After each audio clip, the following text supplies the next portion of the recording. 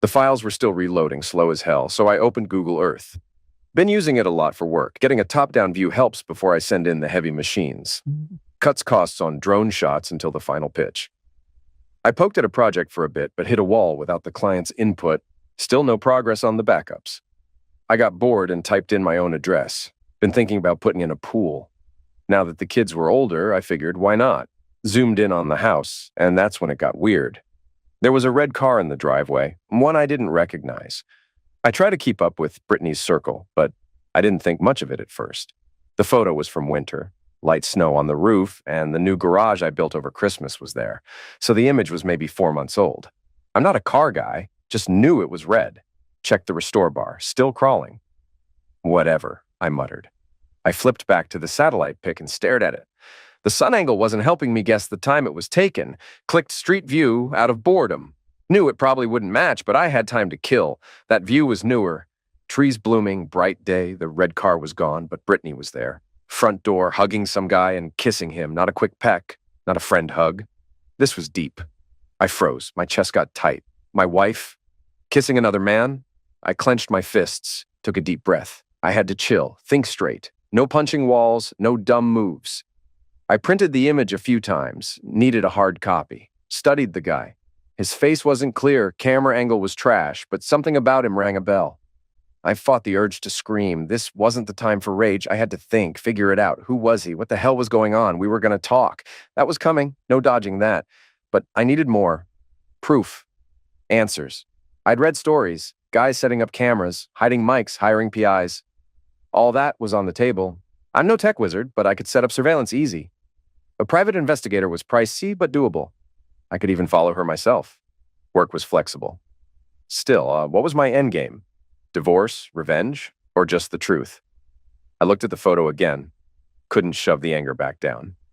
Then something clicked.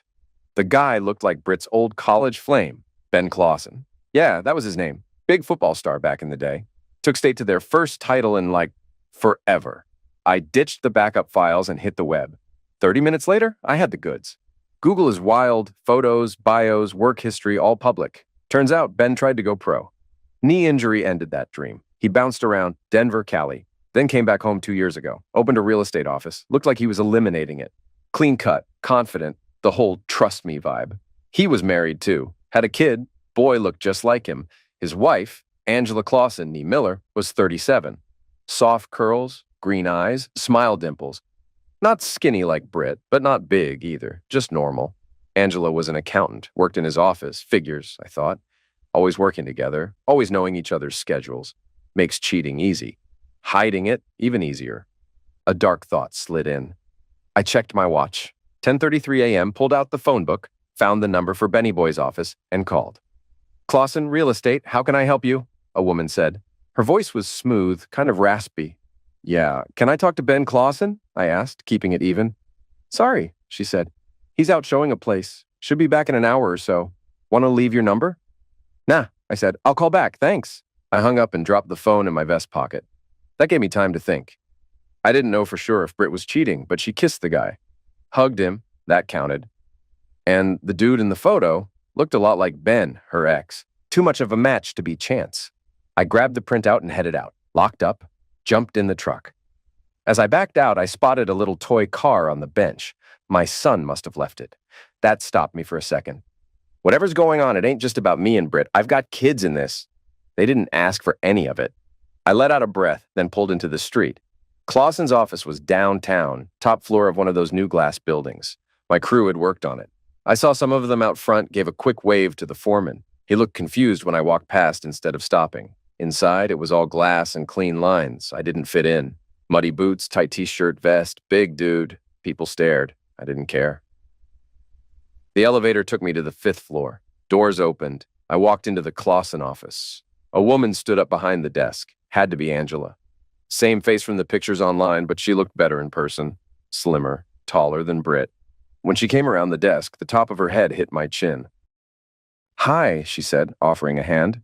I'm Angela. What can I help you with? I shook her hand. She had a strong grip, looked me right in the eye. Donald Summers, I said. Nice to meet you, Mr. Summers. What brings you in? I've got a photo you need to see, I said. And a couple of questions. Her smile faded a little. She caught the tone. Not here to buy a house, huh? She said. I shook my head. She gave a small nod, then turned. Chris, she called. Watch the front for me. Got it, Angie? A deep voice called back. She led me into a break room and closed the door behind us. Sat at the table, motioned for me to sit. I sat, pulled out the envelope, slid the photo across the table. That's my wife, Brittany, I said. I know she used to date Ben back in college. I need to know if that's your husband. Angela stared at the photo like it might bite her. She didn't touch it right away, just looked. Then she picked it up, slow. Her face shifted, curiosity, then sadness. Then her jaw locked tight. After a few minutes, she handed it back. That's him, she said, voice low. That's Ben. When do you think it was taken? She asked. No clue, I said. It's from Google Earth. Street view. That's our front door. Can't be more than 3 months old. How do you know? She asked, eyes narrowing. I pointed at Britt's ear in the photo. Those earrings, I said. I gave them to her for Christmas. Angela looked at me. For a second, I saw something soft in her eyes. Then she turned and stared out the window. When she turned back, her voice was flat. It's him. I know the jacket, the way he stands. And yeah, them having history makes this worse. You talked to Britt yet? She asked. No, I said. Just found the photo this morning. Far as I know, she's at work. Angela didn't blink. But is she really? She asked. I stared at Angela, let out a breath, and pulled out my phone. Called Britt, no answer, figured. She's always busy at work. So I called the gym. Mandy picked up, trainer, friend of ours. Hey, Dawn, she said. How you doing? I'm good, I said. Hey, can you grab Britt for me? Need to talk to her. She went quiet, the kind of quiet that makes your skin itch. I could hear loud music, weights clanking. Mandy, I said. Yeah, she said, slow. What's going on? I asked.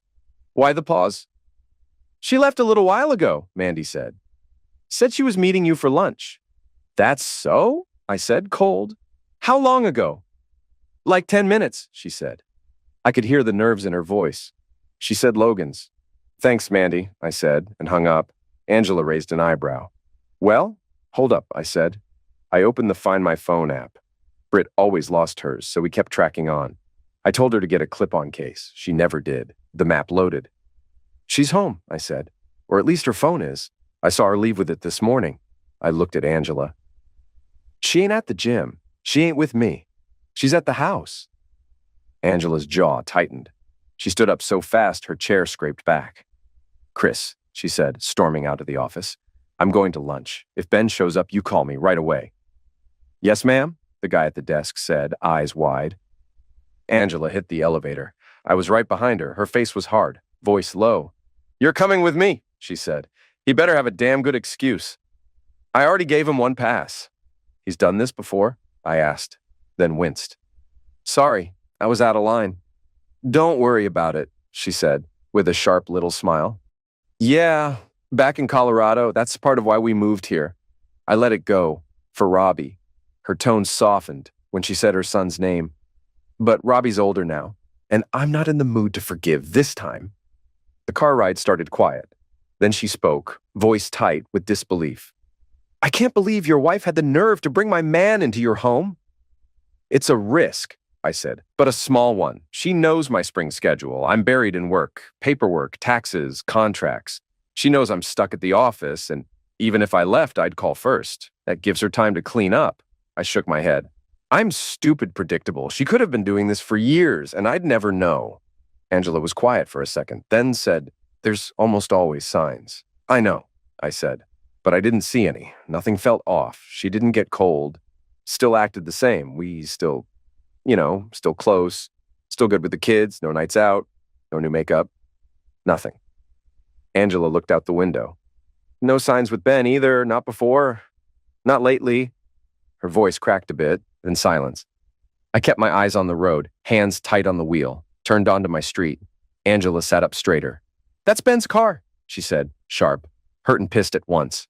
I pulled over in front of my neighbors. We locked eyes, then got out. She reached in her bag, pulled out a slick-looking camera. I cursed myself, left mine back at the office. We moved fast, but quiet, slipped through the side gate, into the backyard. I unlocked the back door and stepped in. Angela followed, shut the door soft. Then we heard it. Britt's voice. Moans. Real ones. No mistake about what was going on. My chest felt like it cracked open. Not just rage, hurt, real hurt. I waved Angela forward. Her face was locked up tight. I barely noticed. All I could hear was Brit. We crept through the kitchen. The sounds were louder now. Coming from the living room, I peeked through the arch. There she was, Brit, on the couch, with a woman. I blinked, trying to make sense of it. Then I saw him, Ben, standing by the wall, filming with a tablet. Angela raised her camera, started filming too. That snapped me out of it. Rage boiled up. I started forward. Angela's hand shot out, grabbed my arm, hard. I turned on her, face hot, but she shook her head. Her grip was firm. She was holding me back. And yeah, she was right. The damage was done. No fixing this. But maybe, just maybe, I could hold it in a few more seconds before everything broke. So I stayed still and watched.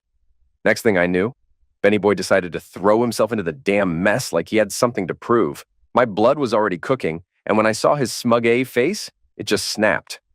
Angela tried to hold me back, bless her heart, but nah. That leash popped the second I saw red. Ben Clausen, 6'1", maybe 6'2", lean muscle, all gym bro aesthetics and no real grit. Sure, he looked fit, but I had 30 pounds on him and a lot more rage. He wasn't ready. A sound, maybe a squeaky floorboard or just gut instinct, made the other chick whip her head around, eyes wide, frozen. She didn't even get a scream out. Would have been useless anyway. I was already in striking distance. I charged in, grabbed Ben like a rag doll, and dragged his sorry A off the couch. Slammed him straight into the floor, hard enough to rattle the damn windows. "Shut the F up!" I shouted, voice tearing out of my throat. Then I dropped my fist into his face. No hesitation. "You move again, I'll snap your neck like a breadstick." I turned to Jamie, pure venom in my eyes. "Don't even think about getting up, you goddamn hooker! Touch my wife again, and I swear to God, I'll break you in half!" That's when I saw her clearly. Jamie Keller. Lived a few houses down. The babysitter. The freaking babysitter. She looked like a deer in headlights, pathetic, guilty, not even bold enough to meet my eyes. "Jamie?" I said, disbelief strangling my voice. She nodded, shame written all over her face like a goddamn confession. Wouldn't even look at me. "What the hell is wrong with you? Why would you—" "I'm sorry," she mumbled like that meant a damn thing. "How long, huh?" I growled. "How long has this little secret party been going on?" She hesitated. "This is only the second time." "I swear." "Oh, so it's just a couple rounds of betrayal. That makes it fine?" I snapped. "It wasn't supposed to be the first time, you sick little witch. 1 time, 10 times. I don't care. My wife opened her legs for someone else, and you helped her." Ben's clipboard had fallen in the mess, slid halfway under the table. I snatched it up, held it so Jamie could see. "You know what's on here, don't you? Videos. Every filthy, nasty second. You think this ends with you crying in my living room?" I stepped toward her, voice low, steady, dangerous. "If you so much as breathe in my wife's direction again, I'll post this video everywhere. I'll email it to your dad, your grandma, your damn church. You'll be the most infamous hoe on the internet. Your nursing school? Gone. Any job you dream about? Gone. Your name will be a damn punchline." She looked at me like I'd just skinned her alive. Couldn't even cry. Too deep in shock. "Yes," she whispered. "I understand." "Good," I snapped. "Now crawl out of my house and don't ever come back, you dirty, backstabbing hooker." I pulled my phone from my vest and hit a speed dial, put it on speaker so everyone could hear. 3 rings, then a voice picked up. "Hey, George," I said. Knew his voice right away. My father-in-law. Brittany shut her eyes tight. She knew what I was doing. When she looked at me, her face was full of panic. Silent, begging me not to go through with it. I didn't care. She wasn't walking away from this clean. If I was going to hurt, so was she. "Dawn," George said, warm like always. "Good to hear from you. Everything okay?" "Sorry to call like this," I said. "Something serious came up. I need you and Virginia to come by the house soon as you can." "What's wrong?" he asked. His voice shifted, tense now. "The kids okay?" "They're fine," I said. Calm, cold, still at school. "This is about Britt and me, and trust me, if I told you over the phone, you wouldn't believe it. I need to show you." There was a long pause. When he spoke again, his voice was heavy. "We'll be there in 15. Please don't do anything crazy before we get there." "Don't worry," I said. "I'll think hard before I move." I ended the call. No one said a word. Then I called my own parents. Had the same talk, almost word for word. When that was done, I slid the phone back in my pocket. Brittany was curled up on the far end of the couch, crying hard. She knew what was coming, knew this wasn't getting swept away. This time, she'd be the one doing the walk of shame. Angela wasn't here for drama. "He needs a hospital, Dawn," she said, calm but firm. "I get that you want to wreck her. I would too. But I'm not crossing that line." "All right," I said. "Then, how about this? Don't drive him. Call an ambulance." She gave me a look, eyes narrowed. Then I saw it. She caught on. Calling emergency would slow things down. 10, maybe 15 minutes for them to show up, add more time while they check him out. It bought me breathing room without saying no to her. She didn't like it. But she saw what I was doing. "Fine," she said, sighing. "Ignore the sirens. What's a few more minutes? But once you've had your moment, I'm taking him in. You get that?" "I get it," I said. "Camera and tablet stay with you till you've pulled everything you need. Then I need the camera back, for court. I don't care what happens to his tablet." "Thanks, Angela," I added. And I meant it. She nodded, pulled out her phone, and called her office. "Emergency," she told whoever picked up. "We're shut down for the day. Ben's headed to the ER." I watched her while she talked, trying to figure out why she was still sticking by this clown. He'd already cheated once. She said she was done. Why not kick him out now? If it were me, I'd have tossed his A out like a live grenade. My folks showed up first. They live closer, so that tracked. I opened the door. Mom walked in and saw the mess. She froze. Dad stepped in behind her, took it all in, Brittany crying, Angela looking like she might explode, Ben slumped and bleeding. Then he looked at me. Mom said, "Donnie, baby, what is this? What's going on?" Dad didn't say a word, just looked at each of them, then at me. His eyes said plenty. Then he walked over and put a hand on my shoulder, didn't speak. Meanwhile, my mom, red-faced, jaw clenched, damn near shaking, snapped harder this time, voice sharp enough to cut glass. "Donnie, what the hell am I looking at? What is this?" I exhaled, slow and controlled, trying not to let the anger spike again. "I'm gonna explain everything," I said. "And I mean everything. No bullshit, no sugarcoating." So I laid it out, all of it. From the gut feeling I had weeks ago, to the digital footprints, to the cameras, the footage, every dirty detail. 2 angles, clear as day. When I was done, I looked her dead in the eyes. "If you don't believe me, I'll show you the video, right now." My mom's face twisted, horrified. She shook her head fast. "No. Jesus, no, Donnie, I don't want to see that. I can't see that." She reached for the Afghan draped over the back of the couch, stepping toward Brittany, probably trying to give her a shred of dignity. But I blocked her firm. "No, Mom," I said, voice low but cold. "Leave it." "Donnie, come on." "No." I stared straight at her. "George and Virginia need to see her like this. I want there to be zero confusion about what she did. I want her shame front and center." Brittany broke down again. Her voice cracked like glass under pressure. "Oh, Donnie, please, please don't talk like that." "Don't even try it," I snapped, eyes burning. "You don't get to cry your way out of this. You did this. What'd you think? I'd just walk in, catch you screwing around and go, 'Oh, well, guess people change?' You must have thought I was a goddamn idiot." Just then, the front door opened. My dad let them in. George and Virginia. Virginia stopped in her tracks, eyes darting around the room like she'd walked into a crime scene. George, he didn't flinch. Guy looked tired, like he'd already known this day was coming. Then Virginia saw Brittany. Her jaw dropped. "Oh my God, Brittany," she gasped. "What are you doing?" She rushed forward like she was going to cover her or comfort her or something, but almost stumbled over Ben, still groaning on the floor, holding his ribs. "Who the hell is that? What the hell is going on?" I turned slowly to Brittany. "You gonna talk or should I?" She didn't say a word, just curled up tighter, shaking, hiding behind her hair like that made her invisible.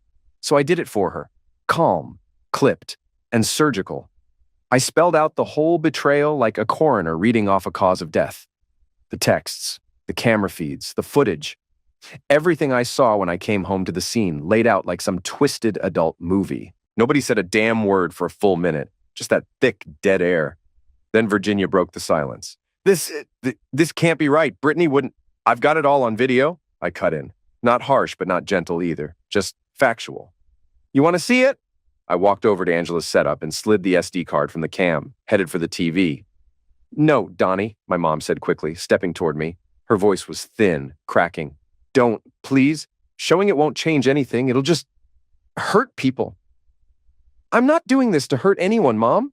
I kept my back to her. I'm doing it because the truth doesn't need to hide. George raised a hand, calming but heavy. Don, what now? What are you going to do next? That's what matters now. I looked over at him. His eyes weren't judging, just tired. Tired and honest. He knew. I'm filing for divorce, I said, quiet, cold, certain. That's it. That's the only road left. Out of the corner of my eye, I saw Angela dragging Ben's half-undressed, whimpering up, tossing his clothes at him like he was trash she wanted off her carpet. He couldn't even look me in the eye. Good. He knew. George's face went stiff when I called Brittany by a name like a stranger, but he didn't say a damn word. Not his time to speak, not his house, not his kid getting torn apart right now. I stepped into the middle of the room like I owned the air everyone was choking on. Let's get one thing straight, I growled. I'm taking the kids, full custody. She gets visits, maybe.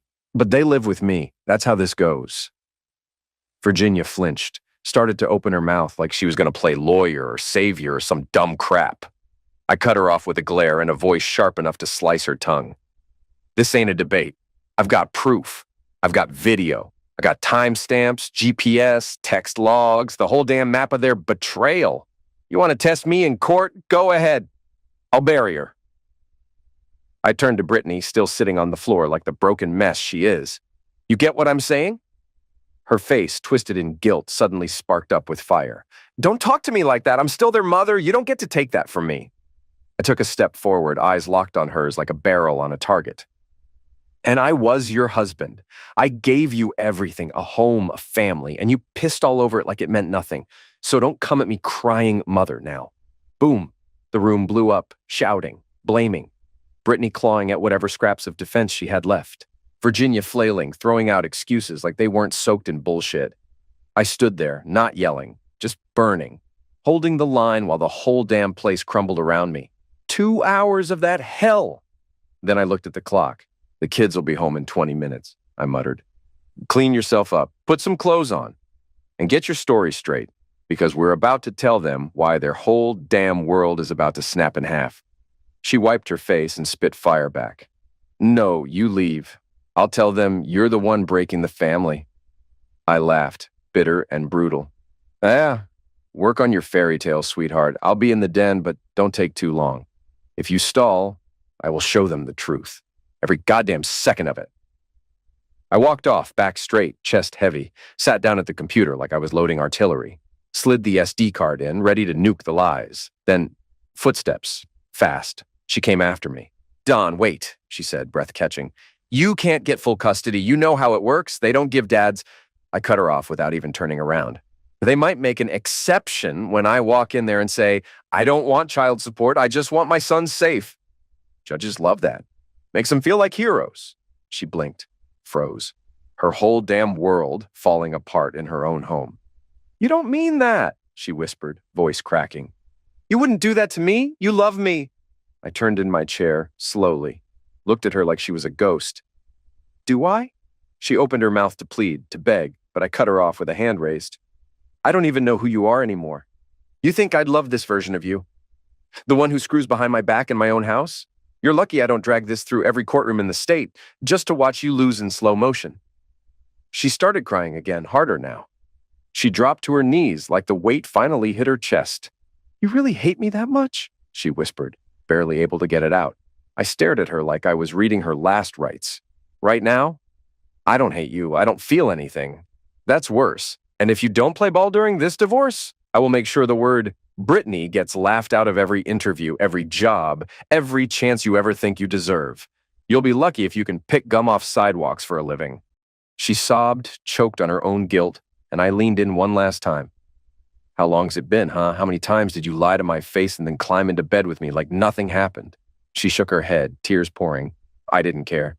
And you better tell me now, Daniel and Brian, they even mine? Her eyes shot up, horror-struck. How can you say that?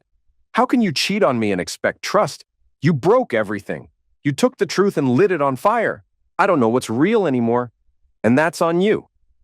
I shook my head. The weight of it all hit me. I wasn't just mad. I was crushed. I slipped the SD card in my pocket, kept the tablet in hand, and walked out of the den. Brittany followed, quiet. As I got close to the living room, I heard our parents talking. "You don't think he'll really go through with it, do you, Frank?"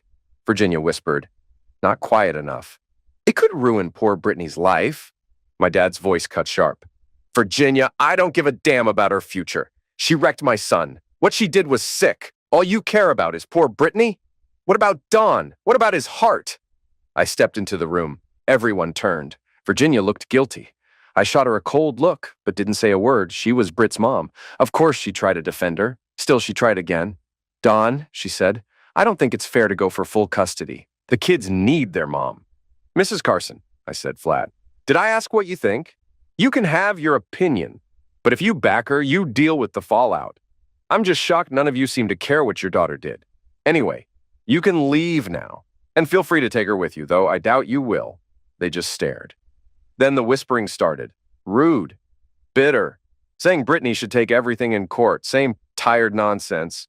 Thing is, it didn't go like any of them thought. Neither of us got what we really wanted. Life's like that. Britt wasn't lying about how tough family court could be, but she wasn't far off either. I didn't think she'd call my bluff on the video, but she did. The thing was, I wasn't bluffing. Everyone warned me not to do it. My lawyer, my folks, even Angela. Said I'd blow my case. Said I'd look crazy. Didn't care. I meant what I said. So, when the judge gave her primary custody, Britt looked at me and smiled. Biggest damn grin I'd ever seen. I just nodded. Calm. I had a plan.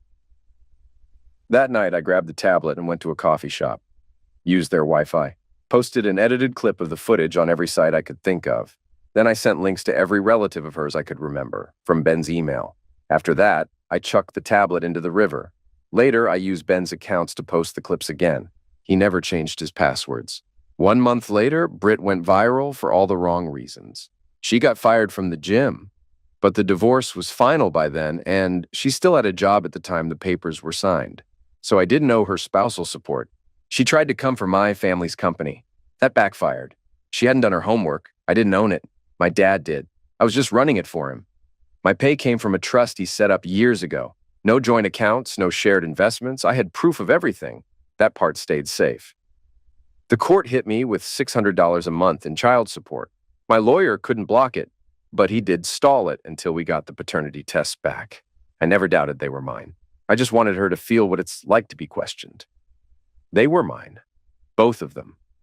I was relieved. She got half the cash in savings and checking. But not the house.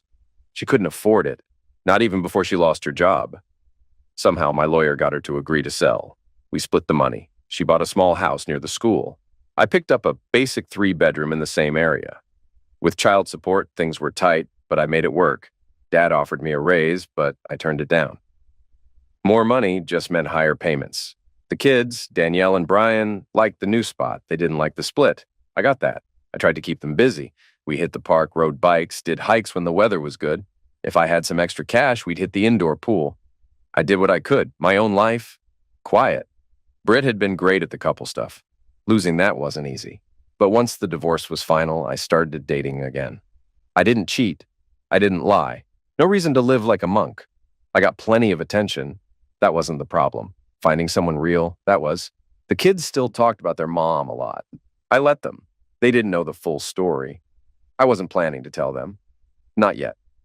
Most of the time, they'd bring her up like they were trying to fix things, hoping I'd say we might get back together. I never raised my voice, never got mad.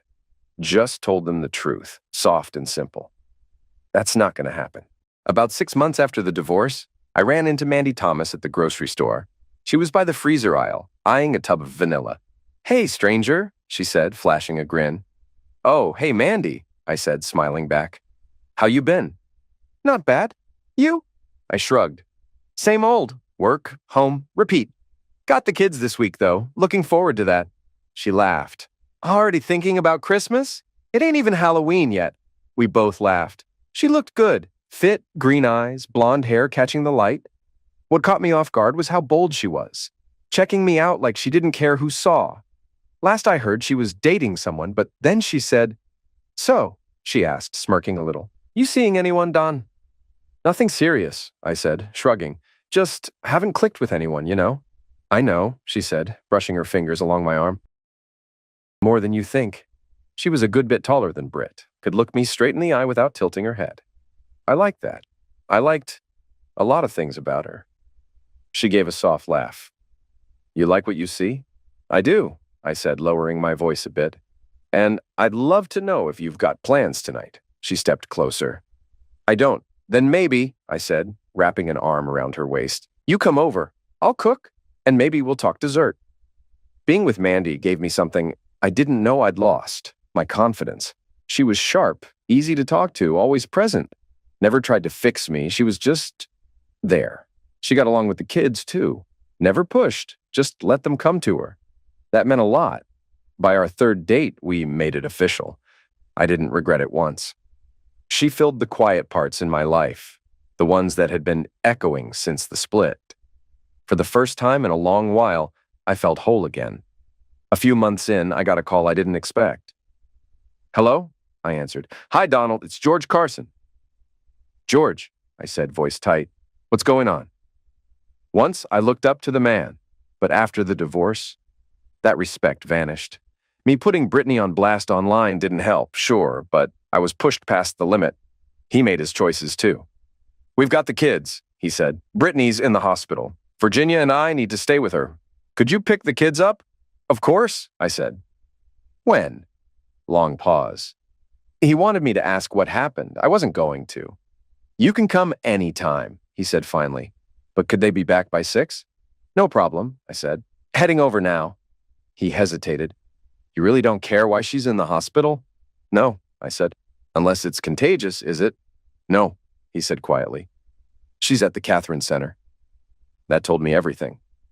Stress clinic, on paper. Everyone knew it was a psych place. All right, I said. As long as the kids are safe, that's all I need. I'll be there soon. I ended the call, locked up the office, and drove the 20 minutes to their place. On the drive, thoughts of Britt crept in again, like they always did. Mostly through dreams I hated waking up from.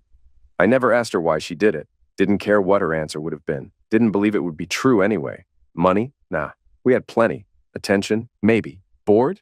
Possibly. Didn't matter. The second I saw her with someone else, it was done. No fixing that. You cheat, you're out. End of story. I pulled up. Before I could even knock, the front door opened. Danielle and Brian were on the porch, but something was off. Brian stood real close to her, and Danielle had an arm wrapped around him, like she was shielding him. That wasn't normal for them. This was fear. George stood behind them, hands on both their shoulders. He didn't say a word as I walked up the steps. Kids, he said softly, go pack your things. Your dad and I need to talk. We'll call you when it's time. Okay, Dad, Danielle said. They both went inside without a fuss. Now it was just me and George. The room felt like it was holding its breath. No noise, no movement, just the thick tension between two men standing on opposite sides of a shattered family. He stared at me, fire behind his eyes, but this wasn't the usual disappointment or hurt. This was fury. The kind of rage that simmers for days and finally spills. I just looked back, calm, empty, waiting. What the hell is wrong with you, Don? He barked, stepping toward me like he thought that'd rattle me. I shrugged. Besides a little nearsightedness, I'm doing all right. Appreciate the concern. Don't play cute, you smug little crap. You know what I'm talking about. His voice cracked with heat. Brittany's in a psych ward and you're out here acting like you just misplaced your keys. I didn't even blink. She's not my wife anymore, I said flat. She gave that title up the day she opened her legs for someone else. That hit him. His jaw tightened like he wanted to swing. I kept my stance loose, but my eyes locked on his. You pushed her off the edge, he yelled. You blew up her life. You put that goddamn video out there. What do you think would happen? You ruined her name. She can't even get a job bagging groceries now. No, I said, voice calm but cutting. She did that. I didn't cheat. I didn't lie. I didn't sneak around my own damn house. I gave her every warning. She made her choice. I just made sure she had to live with it. She's barely functioning, Don. She's not even there anymore. She stares at walls like she's already dead. Then maybe she should have thought about the long game before she wrecked her family over a cheap screw on my couch. George's face twisted, hurt morphing into rage. You really think you're some noble sufferer here? You're a freaking monster, man. She's sick, and you're making jokes. I tilted my head, eyes narrowing just enough. Nah, I'm just not pretending anymore. I spent years swallowing crap to keep things nice. That's over. Then I leaned in just a little, just enough for it to sting. If she's not making money, maybe she should get a new agent, or is she just freelancing now? I hear OnlyFans pays better than babysitting these days. That one landed like a brick to the gut. You son of a witch, he roared, and lunged at me, grabbing a fistful of my vest. I didn't flinch. Instead, I calmly grabbed his wrist and peeled his fingers off me, slow but firm, like I was disarming a toddler with a steak knife. Easy, old man, I said quietly, cold enough to freeze the air between us. You lay hands on me again, and this gets real ugly real fast. He was breathing heavy, chest heaving with everything he couldn't say. I know you love her, I added, tone like steel. I get that. She's your little girl. But deep down, you know, all this crap, every tear, every pill, every sleepless night, she earned it. Actions have consequences. I kept my grip tight a second longer till he eased up, then let go and stepped back. I stayed ready in case he swung, but he didn't. He just looked beat, like life had taken everything out of him. I don't know, he said quiet. Maybe I'd have done the same. Maybe it's just easier being mad at you than facing what my daughter did. He looked at me again. Maybe you can at least let me explain. Go ahead, I said, trying to keep the bite out of my voice. If he caught it, he let it slide. Brittany tried to damage herself, he said, flat. I stared. Do the kids know? He closed his eyes.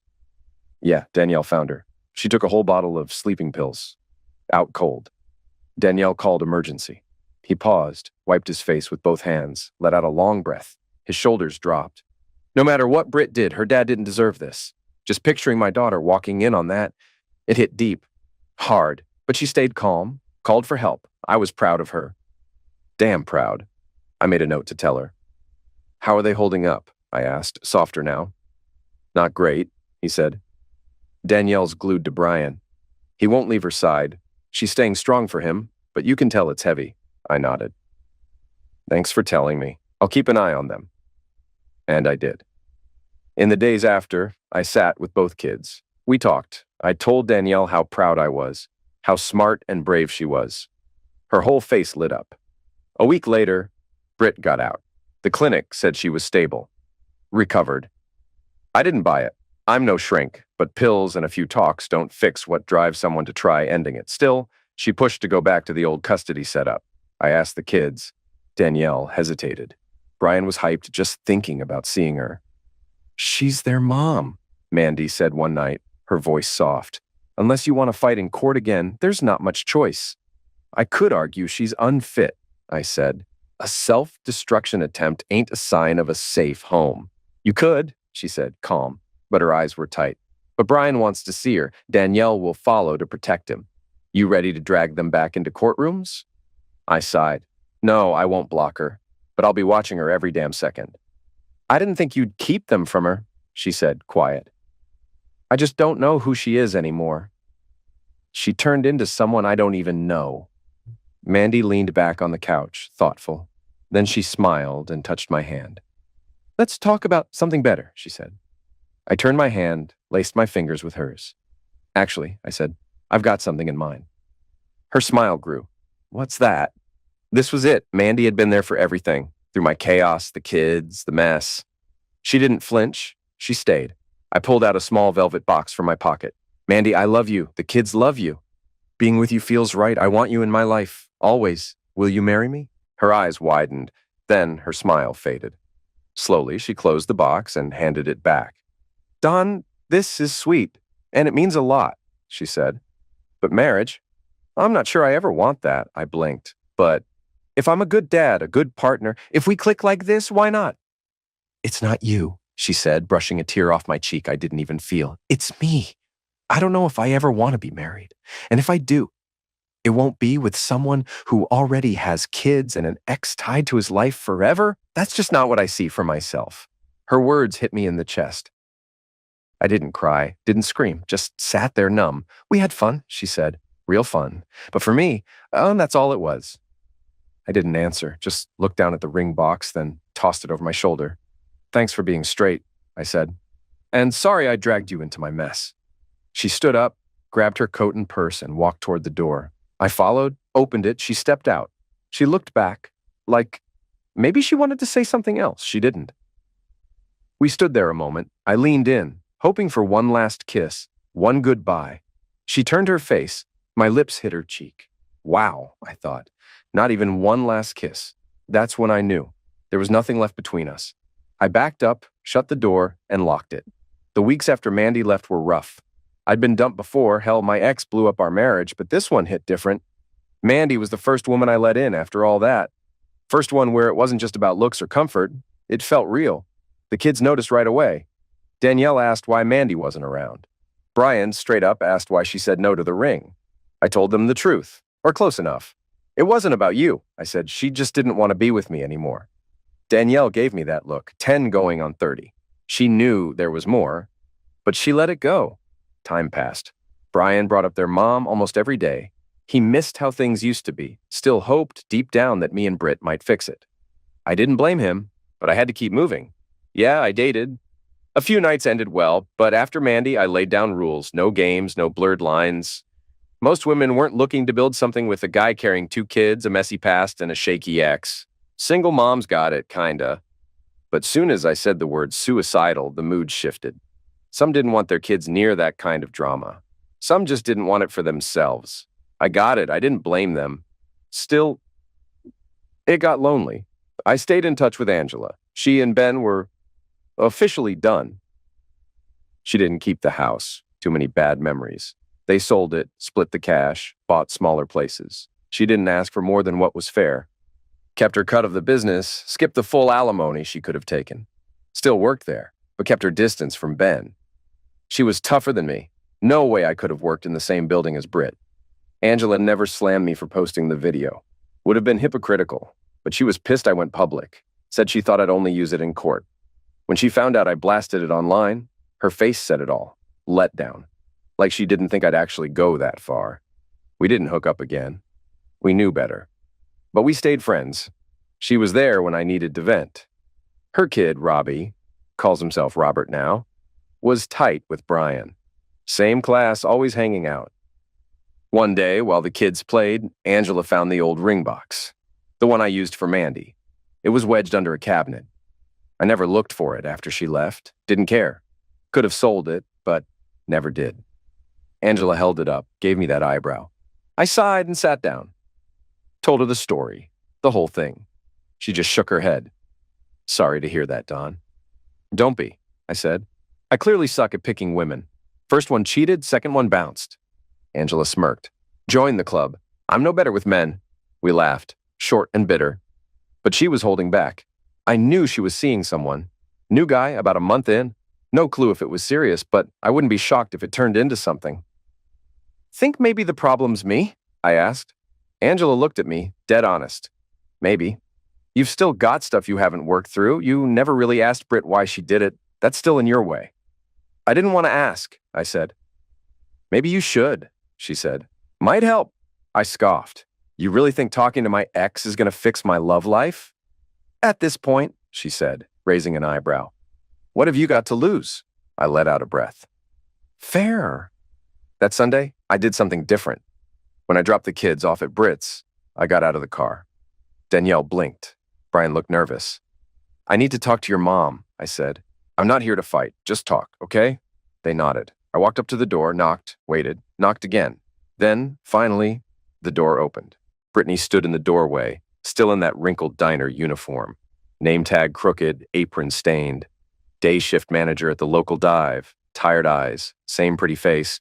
For a second, yeah, it hit me. Like getting sucker punched by a memory you didn't ask for. But it passed. She frowned, eyes flicking to the kids. Why the hell are you knocking? I always leave the door open for them. Then her eyes met mine. They widened, then narrowed real fast, cold. What do you want? I want to talk, I said, calm, holding back the edge in my voice. Just talk. Talk? She scoffed, crossing her arms. About what? You ain't said crap in months. I nodded toward the kids, still standing there on the porch, stuck between scared and confused. She didn't even notice at first, too caught up in her own heat. I gave her a look, quiet but sharp. Can we not do this in front of them? She rolled her eyes hard like it physically hurt her to care. Fine. Go inside, both of you, and shut the door. Once they were gone, she turned back to me, arms still crossed like armor. So, she said, fake sweet. What does King Donald want to say to the hooker of Babylon today? Must be something important. I didn't take the bait. I want to know why you cheated, I said. No build-up, just dropped it flat. Her face twitched. What? I said I want to know why, I repeated, eyes locked on hers. I freaking heard you, she snapped. I mean, why now? It's been over a year, 18 goddamn months. You ghosted me, trashed me online, ruined every piece of my name, and now you want to talk like this is therapy? Because back then, I said, keeping it level, I didn't care why. I just wanted you gone. I was too pissed, too betrayed. But now I got distance, and I need to hear it. I deserve to. She snorted. Of course.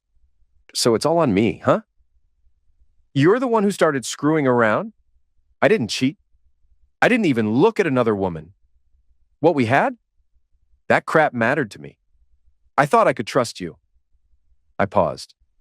But if you're just gonna throw more bullshit at me, say it now. I'll leave. I got no interest in digging through more lies. She stared at me hard, but her face shifted. Some of the fire flickered out, replaced by something I didn't recognize. Guilt, maybe, or just fatigue. She dropped her eyes to the porch floor, took a breath, then looked back up. Her voice cracked. I wanted to be with a woman. For a long time. I blinked, thrown off for a second. Then why the hell didn't you try that before we got serious? I did, she said quietly. In college. Kind of. I tried. I always backed out, scared my parents would find out. You know how they are. They're perfect little girl. She let out a bitter laugh. Then, one night, Jamie caught me in the locker room. She kissed me. I didn't stop her. That was the first time. After that, I couldn't let her go. So you're saying you're gay? I asked, trying to wrap my head around it. She shook her head.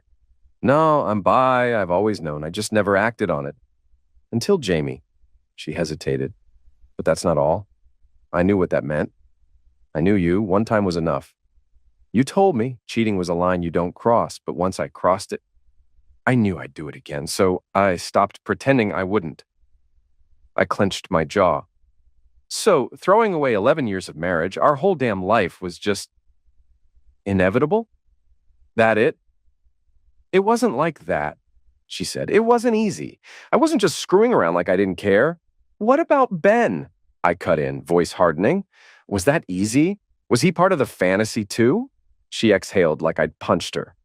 He came to a spin class, started flirting, signed up for personal training with me. I ignored it at first, I swear. But he wore me down. We talked. He made me feel, seen. I stepped back, hands shaking. So you cheated once, then twice, and figured what the hell, right? Already broke the window. Might as well rob the house? She didn't answer right away. Finally, she muttered, yeah, kinda. I knew I was already past the point of no return. Ben wanted more. I figured, what did it matter at that point? I stared at her, stomach twisted into a knot.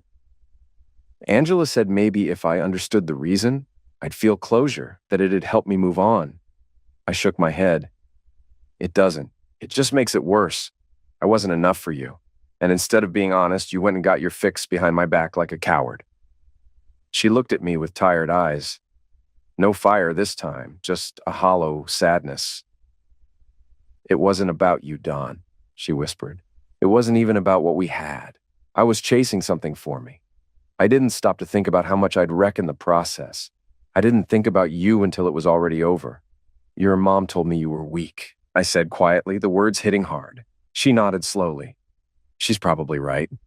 I wanted to say something cruel. God, I wanted to light her up, break her down with words like she broke me with actions. But I just stood there looking at the woman I used to love, listening to her tell me it had nothing to do with me. And weirdly enough, that crap actually helped. Because for the first time, I saw it plain. It wasn't me that drove her away. It was her weakness, her need to lie, her pathetic little appetite for attention dressed up as finding herself. So I asked the one thing I hadn't yet. You ever actually love me, Brittany? Like, really? She nodded. Yeah, I did. And part of me still does. I regret hurting you. I regret what it did to the kids. I took that in. Let it hang. You ever stay faithful? I asked. Her face tightened. Yeah, I was, until Jamie. That night, everything changed. I don't even know who the hell I was after that, but I wasn't me. I don't like that version of myself, Dawn, but it happened. It's real. She looked down like the porch floor could swallow her up. My therapist helped me realize I F up bad. I should have been honest. Should have walked away instead of cheating, but her eyes lifted, sharp now, filled with resentment. You didn't have to blow it all up. You didn't have to torch my whole damn life. She jabbed her finger into my chest. You turned my parents against me. You wrecked my rep so bad I can't even get hired to teach a spin class in another damn state. And Jamie? She doesn't even speak to me anymore. You ruined her life too. That video? She was publicly shamed, humiliated. And for what? Your pride? I didn't blink. I told you what would happen if you didn't cooperate during the divorce. I gave you a choice. You spit in my face. You gambled, Brittany. You thought I was bluffing. You thought I was like you. But I'm not. I meant what I said, and you knew I would follow through. Her eyes burned. No, you needed revenge. You needed to feel powerful again because your big man ego couldn't handle the fact that I needed more than what you gave. My voice dropped low, cold and steady. If that was the case, you could have come to me like a grown-A adult, told the truth, filed for divorce. I'd have been pissed. I might have hated you, but I'd still respect you. Instead, you lied, snuck around, and disrespected me in my own house. You turned me into a goddamn punchline. I stepped closer, tone still calm, but slicing like a razor. You didn't just betray our marriage, Brittany. You threw away any shred of decency. You became someone I wouldn't piss on if you were on fire. At least hookers have the decency to be honest about who they are. You played both sides and cried sufferer when the curtain dropped. She winced, eyes filled, but she didn't speak. I'm not even angry anymore, I muttered. I'm just disgusted. And the fact that you're still around the kids half the time, it freaking terrifies me. But the court made their call. All I can do now is pray they don't turn into you. She looked up at me, tears sliding down her cheeks. Her mouth opened like she was going to defend herself, but nothing came out. For a second, I hated myself for saying it so harsh, but I wasn't sorry. Not really. I turned to go, but her voice cracked behind me. Wait, I stopped. I've got questions too. I turned, arms crossed. What kind? Her voice trembled. Why didn't you fight for me? Why'd you give up so easy? I blinked, actually stunned by the question. You serious right now? She nodded. Brittany, I said slowly, like I was explaining fire to someone who just got burned. You remember when we were dating? Those talks we had about lines that couldn't be crossed? She nodded again, silent. I told you from day one, I don't do infidelity. There's no oops in that. It's not a mistake. It's a decision. A line, once you cross it, there's no going back. You knew that before we even got engaged. So when you made that call, when you chose Jamie and then Ben, there was nothing left to fight for. Her lip trembled. How'd you even know? We were so careful. You never acted different. I let out a short, bitter laugh. You wouldn't believe me if I told you. Try me, she whispered. So I told her everything. How I recovered an old file on the laptop by accident, how I got distracted and opened Google Earth, saw some random car in the driveway on Street View, zoomed in, saw her right there in plain sight, kissing a man that wasn't me. As I spoke, her face shifted. Disbelief, then shock, then shame. The weight of it all settling on her shoulders like bricks. She dropped into the porch chair, stunned. That's so insane. It sounds fake. Yeah, I said with a tired grin. I got a literal God's eye view of the end of my marriage. How poetic is that? We sat in silence for a beat. Then she looked at me. Really looked. I'm sorry, Dawn, she said, barely above a whisper. For real, I was selfish. I hurt you, and I've lived with that guilt every day since. She paused, breath shaky. My therapist says I'm not really mad at you, I'm mad at myself.